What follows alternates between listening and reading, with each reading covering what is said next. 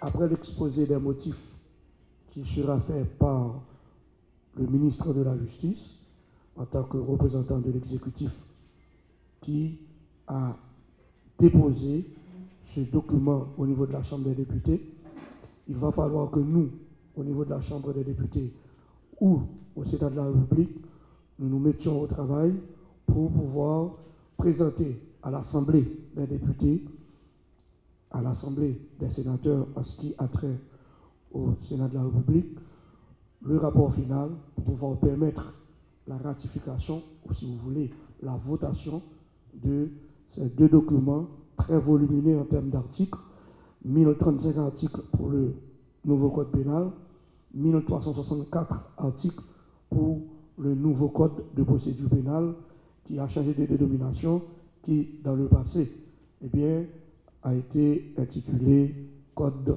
d'instruction criminelle.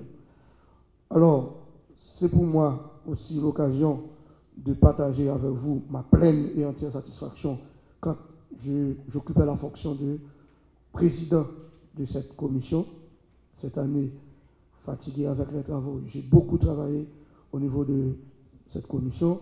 D'ailleurs, j'ai promis la votation de ce premier document qui a beaucoup préoccupé tant le monde national que le monde international, la loi sur l'assistance légale, et ça a été eh bien, une promesse faite et la Chambre des députés a pu voter ce document, ce qui a fait ma grande satisfaction. Pour nous-mêmes, au niveau des barreaux, nous pensons que le plus compliqué, c'est la réforme du code de procédure pénale. D'ailleurs, historiquement, il a toujours été prouvé. Lorsque la société a besoin d'être des outils légaux, il a commencé d'abord pour le code de procédure pénale.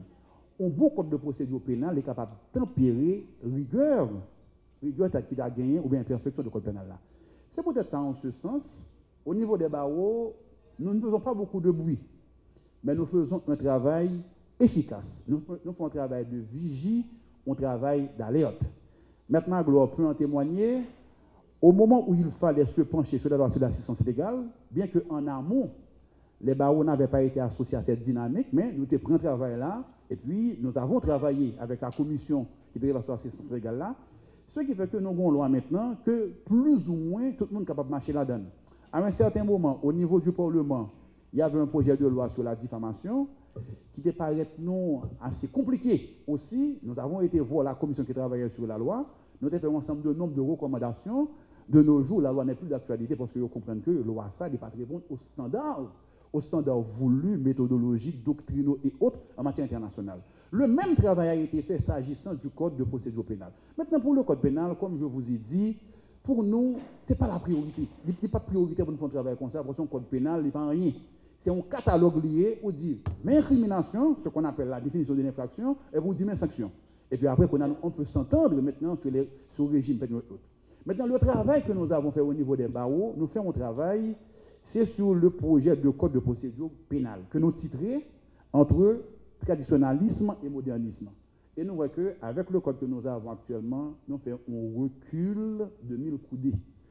Donc, pour cette raison, le travail, ça a noté acheminé et au Sénat et à la Chambre des députés, même pas jamais entendu que vous preniez en compte.